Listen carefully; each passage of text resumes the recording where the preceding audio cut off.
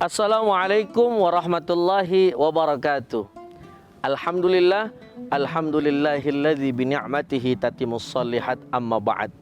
Allahumma shalli wa sallim ala sayyidina Muhammad wa ala ali sayyidina Muhammad, amma ba'd. Tribuners yang dirahmati oleh Allah Subhanahu wa taala. Setiap manusia yang hidup di muka bumi ini pasti mendamba-dambakan yang namanya jodoh. Kadang-kadang kita menerka, siapa kira-kira jodoh saya? Bagaimana kira-kira matanya, biru atau hitam? Kadang-kadang juga yang menjadi pertanyaan untuk kita, kira-kira jodoh saya orang mana? Kaya apa enggak? Cantik enggak? Ganteng enggak? Maka yang harus kita yakini, segala sesuatu sudah ditakdirkan oleh Allah Subhanahu wa taala. Ada tiga yang tidak bisa kita hindari dari Allah Subhanahu wa taala, takdir yang telah ditetapkan. Yang pertama adalah rezeki, yang kedua adalah maut, yang ketiga adalah jodoh ataupun pasangan hidup.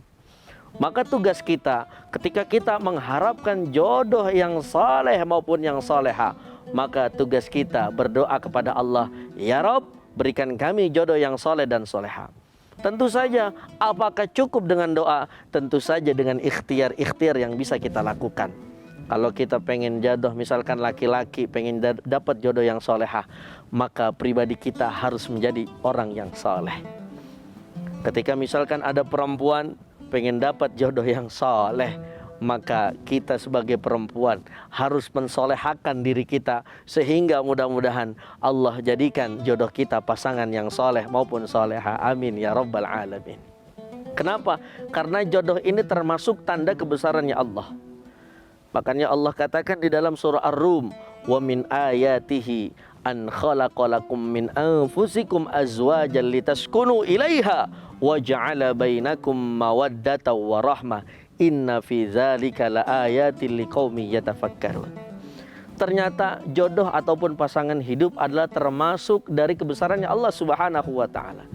Jodoh serta pasangan hidup ternyata bisa mendatangkan ketenangan di dalam hati kita. Makanya beda orang yang sudah punya istri sama orang yang jomblo. Kadang-kadang jomblo masih banyak menghayalnya, siapa kira-kira jodoh saya?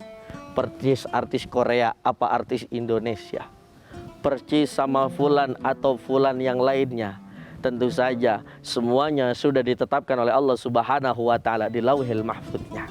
Maka tugas kita, mari sama-sama, ketika kita ingin mendapatkan jodoh yang soleh maupun soleha, sekarang saatnya kita terus mendekatkan diri kepada Allah Subhanahu wa ta'ala.